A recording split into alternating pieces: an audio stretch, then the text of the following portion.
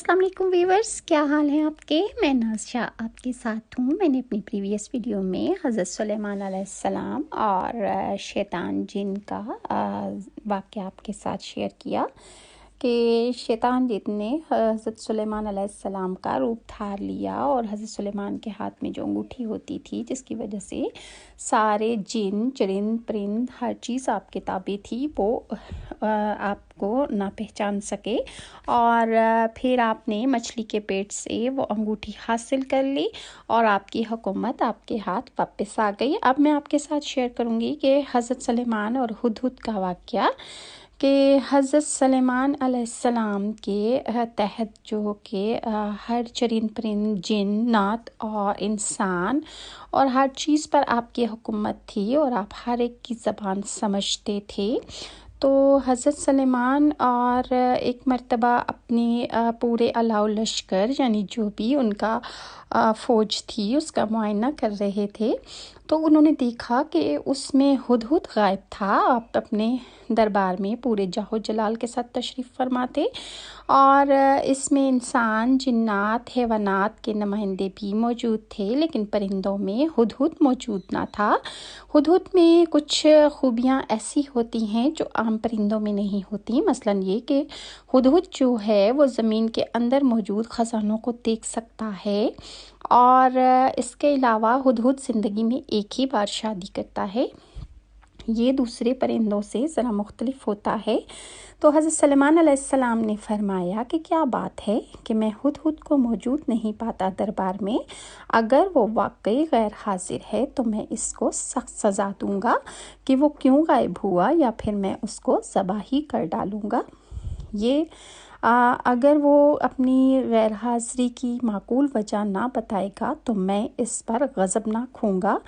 کہ آپ ابھی یہ سوال و جواب کر ہی رہے تھے کہ ایک سوال آپ کے حضرت سلیمان کے سوال پر کہنے لگا کہ میں یقینی ایک خبر لایا ہوں، یعنی کہ ہدہد اسی وقت واپس آ گیا، اور اس نے حضرت سلیمان سے کہا کہ میں آپ کے لیے ایک بہت بڑی خبر لایا ہوں جو اس سے پہلے آپ نے نہ سنی ہوگی۔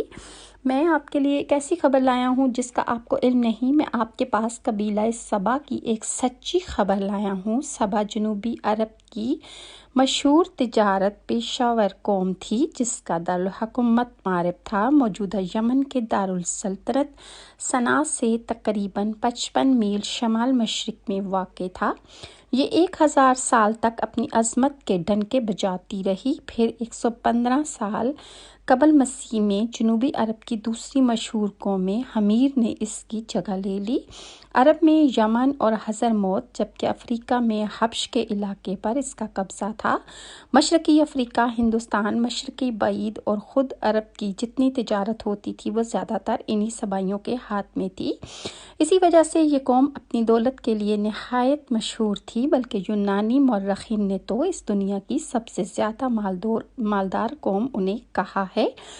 ہدہد نے کہا کہ اے بادشاہ، میں نے وہاں ایک عورت دیکھی ہے جو اس قوم کی حکمران ہے، اس کو ہر طرح کی آسائش اور سامان میسر ہے، اس کا تخت بھی بہت عظیم ہے، اور میں نے دیکھا ہے کہ وہ اور اس کی قوم اللہ کے بجائے سورج کے آگے سجدہ کرتی ہے۔ ابلیس نے ان کے اعمال ان کی نظر میں مرغوب کر رکھے ہیں اور انہیں راہ حق سے روک رکھا ہے، پس وہ لوگ ہدایت پر نہیں آتے کہ اس اللہ کو سجدہ کریں جو آسمانوں اور زمینوں کی پوشیدہ چیزیں نکالتا ہے، اور جو کچھ تم چھپاتے اور ظاہر کرتے ہو وہ اللہ سب کچھ جانتا ہے، اور اس کے سوا کوئی معبود برحق نہیں۔ وہی اللہ ہے جو عرش عظیم کا مالک ہے۔ حضرت سلیمان نے فرمایا، اب ہم دیکھیں گے کہ اے ہدہد، تو نے جو کچھ مجھ سے کہا وہ سچ ہے یا تو جھوٹا ہے۔ اگر تو جھوٹا ہوا تو ہم تجھے اس کی سخت سزا دیں گے، اور ایسا کر کہ تو میرا یہ خط لے جا کر انہیں دے دے، پھر ان کے پاس سے ہٹ جا اور دیکھ کہ وہ کیا کر جواب دیتے ہیں۔ ہدہد نے حضرت سلیمان کے حکم کی فوری تعمیل کی اور خط لے کر ملکہ سبا کے پاس پہنچا۔ روایت میں ہے کہ ملکہ سبا جس کا نام بلقیس تھا اس وقت بھی سورج کی پوجا کر رہی تھی۔ جس وقت ہدہد اس کے پاس خط لے کر گیا وہ سورج کی پوجا میں مشغول تھی۔ ہدہد نے خط اس کے قریب ڈال کر وہاں سے ہٹ گیا۔ حدیث میں آتا ہے کہ 4 جانوروں کو قتل مت کرو، ایک چیونٹی، ایک شہد کی مکھی، ایک ہدہد اور ایک سرد یعنی لٹورا۔ سرد یعنی لٹورا کا سر بڑا، پیٹ سفید اور پیٹھ سبز ہوتی ہے۔ یہ چھوٹے چھوٹے پرندوں کا شکار کرتا ہے۔ ملکہ نے جب خط پڑھا تو متفکر ہو گئی، اس کو پریشانی ہوئی اور فکر مند ہو کر اس نے فوری طور پر سارے درباری طلب کر لیے۔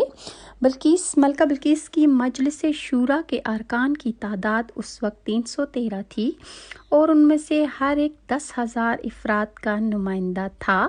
ملکہ نے کہا کہ اے اہل دربار، میری طرف ایک بڑا اہم خط پھینکا گیا ہے جو فلسطین اور شام کے عظیم بادشاہ فرمانروا سلیمان کی جانب سے ہے، جس کے خط کی ابتدا جو ہے وہ بسم اللہ الرحمن الرحیم سے شروع کی گئی ہے۔ اس میں کہا گیا ہے کہ ہم سرکشی چھوڑ کر اطاعت اختیار کریں اور مسلمان ہو کر سلیمان کے آگے حاضر ہو جائیں۔ اب تم سب مل کر مجھے کیا مشورہ دیتے ہو؟ تم جانتے ہو کہ میں اپنی رعایا اور درباریوں کے مشورے کے بغیر کوئی کام نہیں کرتی۔ درباریوں نے کہا کہ اے ملکہ، ہم طاقتور اور جنگجو ہیں، جیسا آپ حکم دیں گی ویسا ہی کریں گے۔ ملکہ نے کہا بادشاہ جب کسی قوم میں گھس جاتے ہیں یا کسی ملک میں جاتے ہیں تو اسے تباہ و برباد کر ڈالتے ہیں اور وہاں کے معزز لوگوں کو ذلیل کرتے ہیں۔ زیادہ تر بادشاہ اسی طرح کے ہوتے ہیں، چنانچہ ان سے لڑنا خلاف مصلحت ہے۔ میں ان لوگوں کی طرف ایک ہدیہ بھیجتی ہوں اور پھر میں دیکھتی ہوں کہ وہ لوگ کیا جواب دیتے ہیں۔ حضرت سلیمان کی طرف ملکہ بلقیس یعنی ملکہ سبا نے تحائف بھیجے اور اس کے تحائف بھیجنے کا مقصد ان کا امتحان لینا تھا کہ وہ واقعی اللہ کے نبی ہیں یا محض ملک گیری یا بادشاہت چاہتے ہیں۔ بلقیس نے بہت سارے تحائف کے ساتھ اپنے ایلچی کو حضرت سلیمان کے دربار میں بھیجا۔ اسرائیلی روایات کے مطابق بلقیس نے جو تحائف بھیجے ان میں سونے کی اینٹیں، جواہرات، 100 غلام، 100 کنیزیں اور ملکہ کا ایک خط بھی تھا۔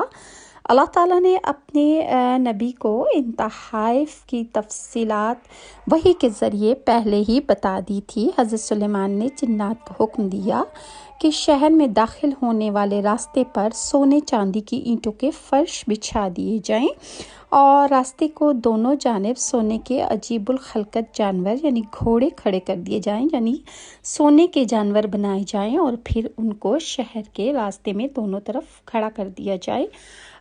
مزید کیا ہوا اور کس طرح ملکہ بلقیس جو تھی وہ حضرت سلیمان علیہ السلام سے ملاقات کے لیے تشریف لائیں اور کیسے جنات ان کا تخت اٹھا کر آپ کے دربار میں لے آئے، انشاءاللہ میں آپ کے ساتھ نیکسٹ ویڈیو میں شیئر کروں گی۔ اور اگر آپ کو میری یہ ویڈیوز اچھی لگتی ہیں تو کائنڈلی لائک اور سبسکرائب ضرور کیجیے۔ ناز کو اجازت دیجیے، اللہ حافظ۔